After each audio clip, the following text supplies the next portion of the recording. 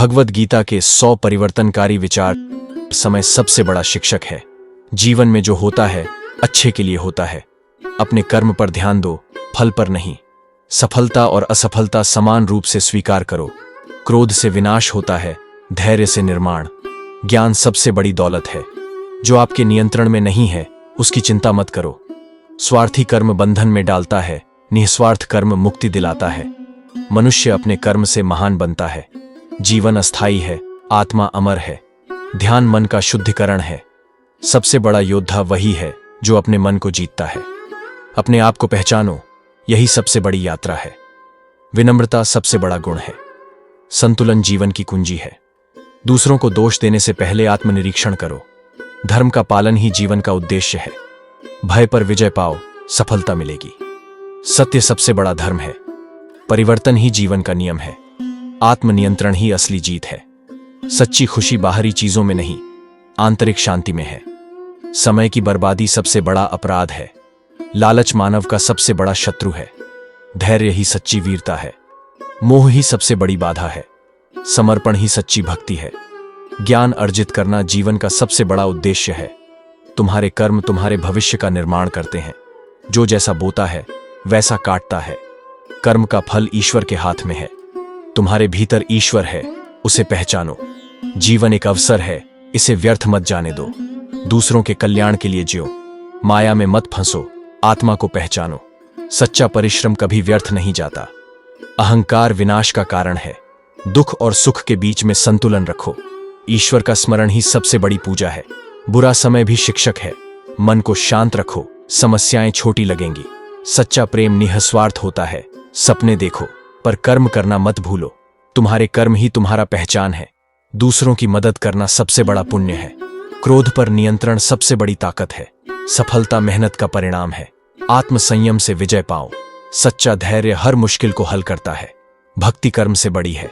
भविष्य के बारे में चिंता मत करो। दुश्मनों से भी दया रखो। मौन सबसे बड़ा उत्तर है। आलस्य ही सबसे बड़ा शत्रु है।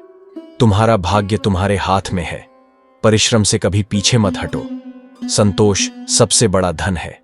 सच्ची शिक्षा जीवन के अनुभवों से मिलती है। समर्पण से ही सच्ची शांति मिलती है। मन पर नियंत्रण सबसे बड़ा युद्ध है। जीवन को सरल बनाओ, जटिल नहीं। निंदा से बचो, सेवा में जुटो। स्वार्थ से दूर रहो। प्रकृति से सीखो, वह सबसे बड़ा गुरु है। मृत्यु से मत डरो, यह जीवन का हिस्सा है। आत्मचिंतन ही सच्ची प्रगति है। त्याग सबसे बड़ी पूजा है। मित्रता में निस्वार्थ भाव रखो। धन का मोह त्यागो। हर दिन नया अवसर है। जो बीत गया उसे भूल जाओ। वर्तमान में जियो। सबसे बड़ा वीर वही है जो अपने विचारों पर विजय पाता है।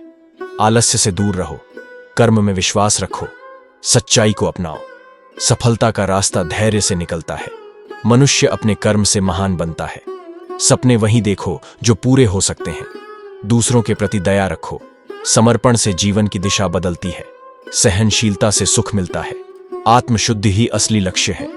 परमात्मा हर जगह है, उसे खोजो। ज्ञान से अंधकार मिटता है। परिस्थितियों से घबराओ मत। हर दिन एक नई शुरुआत है। ईश्वर में विश्वास रखो, सब ठीक होगा। असफलता से घबराओ मत, यह सिखाने आती है। सच्चाई से मत डरो। धन्य वही है जो दूसरों की मदद करता है।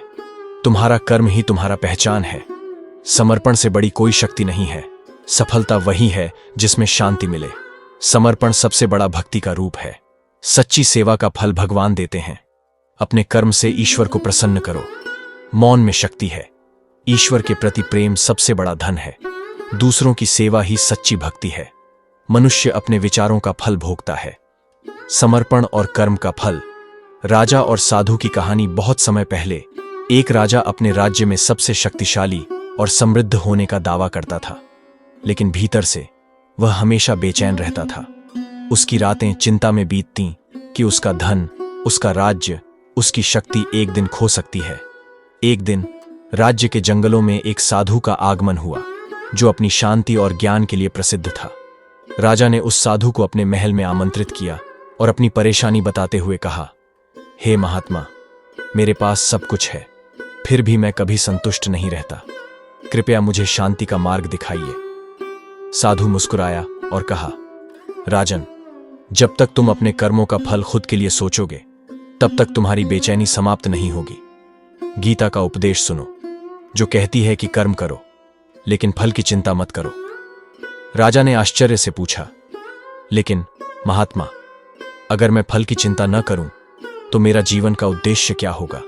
साधु ने कहा, तुम्हारा उद्देश्य सिर्फ अपने कर्तव्य को निभाना है।